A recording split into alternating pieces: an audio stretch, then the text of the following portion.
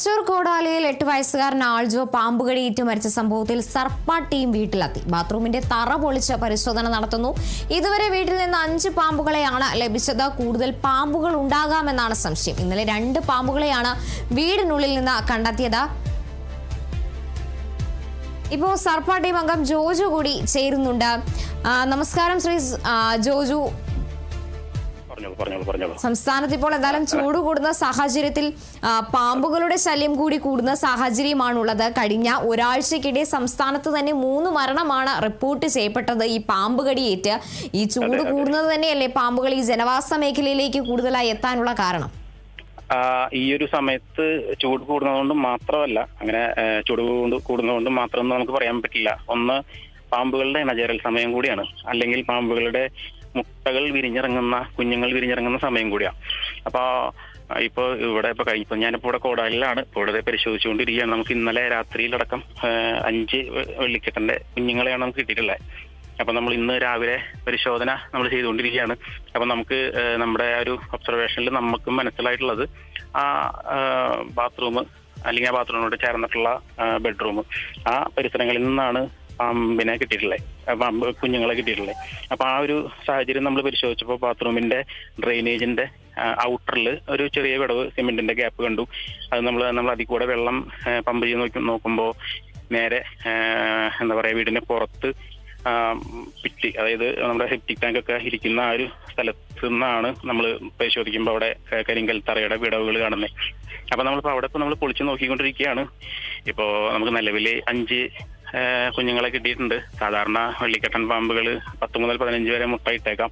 അപ്പോൾ നമ്മൾ അതുകൊണ്ടാണ് നമ്മളിപ്പോ ഇവിടെ മൊത്തം കല്ലുകളൊക്കെ ഇളക്കി പരിശോധിക്കുന്നുണ്ട്. ഇതുവരെ നമുക്ക് വേറെ മറ്റൊന്നും മുട്ടയോ അല്ലെങ്കിൽ വേറെ കുഞ്ഞുങ്ങളെയൊന്നും ഇതുവരെ നമുക്ക് കണ്ടെത്താൻ ഇടയായിട്ടില്ല. അപ്പൊ ഈ ഒരു സാഹചര്യം എന്ന് പറയുന്നത് ഇപ്പോൾ പല സ്ഥലങ്ങളിലും, ഇപ്പോൾ കഴിഞ്ഞ ദിവസം ആലുവയിൽ ഇതുപോലൊരു വീടിനകത്ത് വെള്ളിക്കെട്ടന്റെ കുഞ്ഞുങ്ങളെ 3 കണ്ടെത്തിയിട്ടുണ്ട്. അപ്പോൾ പിന്നീട് കണ്ടെത്തിയിട്ടില്ല. അപ്പോൾ അത് എല്ലാവരും പൊതുജനങ്ങൾ പ്രത്യേകിച്ച് അതൊന്ന് വളരെ ശ്രദ്ധ അല്ലെങ്കിൽ ജാഗ്രത വേണ്ടുന്ന സമയം കൂടിയാണ്. കാരണം കുഞ്ഞുങ്ങളാണ്, വീടിനകത്തേക്ക് കയറി വരാം. ഇതുപോലുള്ള എന്തെങ്കിലും നിസ്സാരമായി നമ്മൾ തള്ളിക്കളയുന്ന ചെറിയ വിടവുകളോ അല്ലെങ്കിൽ വാതിലിന്റെ ഗ്യാപ്പുകളോ, അതല്ല അല്ലെങ്കിൽ ജനലെ തുറന്നിട്ട് നമ്മൾ ഈ വള്ളിപ്പടർപ്പുകളോ അല്ലെങ്കിൽ അതുപോലുള്ള ചെടികളോ വീടിനോട് ചേർന്ന്, മതിലിനോട് അല്ലെങ്കിൽ ചുവറിനോട് ചേർന്നൊക്കെ നമ്മൾ വെച്ചുപിടിപ്പിക്കുമ്പോൾ അതുവഴിയും പാമ്പ് അകത്തേക്ക് കയറാം. അപ്പൊ പൊതുജനങ്ങളോട് പ്രത്യേകിച്ച് ഈ സർപ്പ ടീമിന് പറയാനുള്ളത്, ഒരു കാരണവശാലും പാമ്പുകൾക്കോ അല്ലെങ്കിൽ അതുപോലുള്ള ചെറു ജീവികൾക്കോ വീടിനകത്തേക്ക് കയറാനൊരു അവസരം നമ്മൾ കൊടുക്കാതിരിക്കുക എന്നുള്ളതാണ്.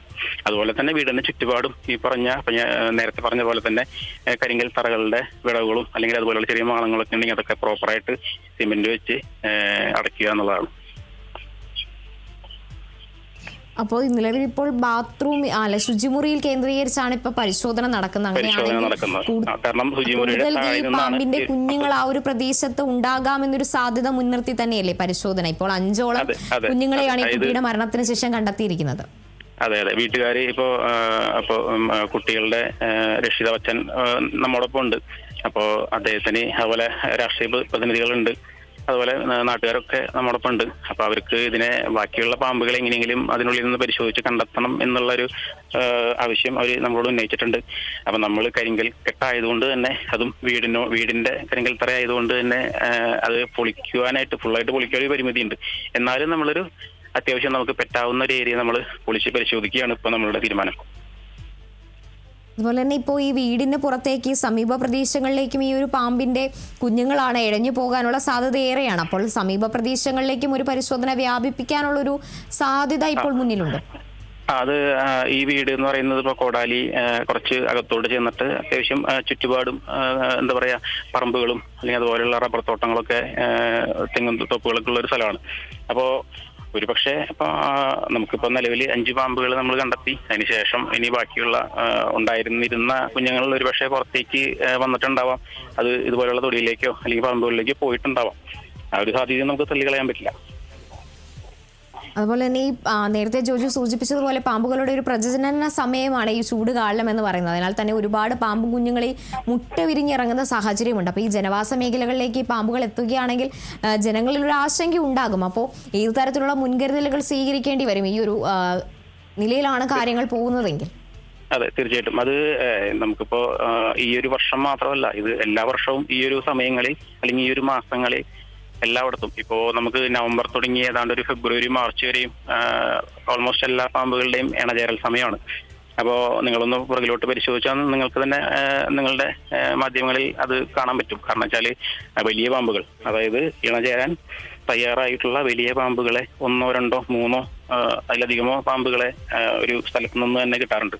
രാജവെമ്പാലയോ അല്ലെങ്കിൽ അണലിയോ മൂർഖനോ പെരുമ്പാമ്പോ അതുപോലെ. അപ്പൊ ആ ഒരു മാസങ്ങൾ എന്ന് പറയുന്നത് വലിയ പാമ്പുകളെ കാണാനുള്ള സാധ്യത കൂടുതലാണ്. അതിനുശേഷം ഇണചേർന്ന് അവർ മുട്ട വിരിയുന്ന സമയമാണ് ഈ ഒരു ഏപ്രിൽ മെയ് മാസം. അപ്പൊ ഈ ഒരു സമയത്ത് കുഞ്ഞുങ്ങളെ കാണാനുള്ള സാധ്യത കൂടുതലാണ്. അപ്പോൾ ഈ ഒരു മാസങ്ങൾ വളരെ അധികം പൊതുജനങ്ങൾ ജാഗരൂകരായിട്ടിരിക്കേണ്ട ഒരു സ്ഥിതിവിശേഷമാണ്. അത് എല്ലാ വർഷങ്ങളിലും അങ്ങനെ തന്നെയാണ്. പാമ്പുകളുടെ പ്രജനന സമയം ആയതുകൊണ്ട് പ്രത്യേകിച്ച് പൊതുജനങ്ങൾ വളരെ കെയർഫുള്ളായിട്ട് ഇരിക്കുക എന്നുള്ളതാണ്. അതുപോലെ തന്നെ ഈ ആൽജോയ്ക്ക് സംഭവിച്ചതും നമ്മളെ ആശങ്കപ്പെടുത്തുന്നത്. കാരണം ശംഖുവരയൻ ഇനത്തിൽപ്പെട്ട ഒരു പാമ്പാണ് ആൽജോയെ കടിച്ചത്. ആ സമയത്ത് ഒരു മുറിവോ അല്ലെങ്കിൽ അതുമായി ബന്ധപ്പെട്ട വേദനയോ ഒന്നും ഇല്ലാഞ്ഞതാണ് ആ കുട്ടിയുടെ മരണത്തിനിടയാക്കിയ സാഹചര്യം. അപ്പോൾ ഈ ഒരു ശംഖുവരയൻ ഇനത്തിൽപ്പെട്ട ഈ പാമ്പുകളൊക്കെ കടിക്കുമ്പോൾ പാടുകളും വേദനയും ഒക്കെ ഇല്ലാതിരിക്കുന്ന ഒരു ആശങ്കയാണ്. അങ്ങനെയാണെങ്കിൽ ഏത് തരത്തിലുള്ള ഒരു ചികിത്സാ രീതിയിലേക്കായിരിക്കാം നമ്മൾ കടക്കേണ്ടത്? എത്രയും വേഗം ആശുപത്രിയിൽ എത്തിക്കുക എന്നൊരു ഇത് തന്നെയാണ് മുന്നിലുള്ളതല്ലേ? അതെ, നമ്മൾ ഈ പറയുന്ന ബോധവൽക്കരണ സെമിനാറുകളിലൊക്കെ നമ്മൾ പറയാറുണ്ട്. അതായത് നിങ്ങൾക്ക് പാമ്പ് കടിച്ചു എന്നൊരു ഡൗട്ട് ഉണ്ടെങ്കിൽ പോലും, ഒരു നേരിയ ഡൗട്ട് ഉണ്ട്, ചിലപ്പോൾ ഈ രാത്രി കാലങ്ങളിലൊക്കെ നമ്മൾ പുറത്തിറങ്ങുമ്പോൾ എന്തോ കാലിൽ കോറി എന്നുള്ളൊരു ഫീൽ ഉണ്ടാവും.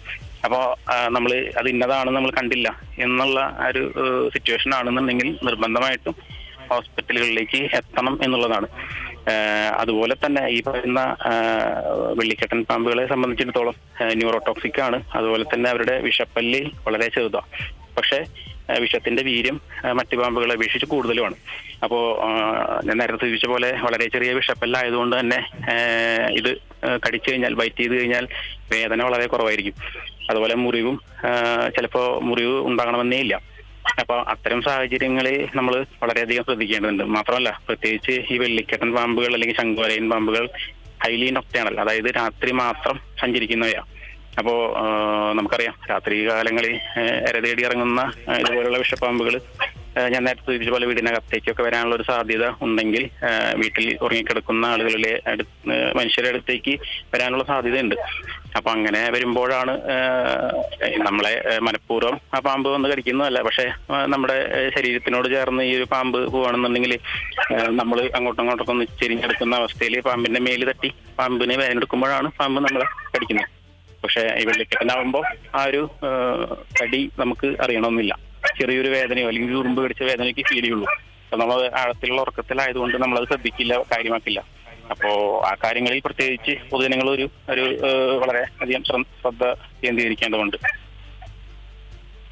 ശരി, നന്ദി ശ്രീ ജോജു. എന്തായാലും സർപ്പ ടീം അംഗമായ ജോജു ആണ് നമ്മളോടൊപ്പം ചേർന്നത്. തൃശ്ശൂർ കോടാലിയിൽ 8 വയസ്സുകാരൻ ആൽജോ പാമ്പ് കടിയേറ്റ് മരിച്ച സംഭവത്തിൽ സർപ്പ ടീം വീട്ടിൽ പരിശോധന നടത്തുകയാണ്. അതിനിടെയാണ് ജോർജ് നമുക്ക് ഇത്തരത്തിൽ കൃത്യമായ നിർദ്ദേശങ്ങളടക്കം നൽകിയിരിക്കുന്നത്. ചൂടുകാലമാണ്, വിഷപ്പാമ്പുകൾ ജനവാസ മേഖലകളിലേക്ക് എത്താനുള്ള സാഹചര്യം കൂടുതലാണ്. അതിനാൽ തന്നെ എല്ലാവരും ജാഗരൂകരായി തന്നെ ഇരിക്കുക.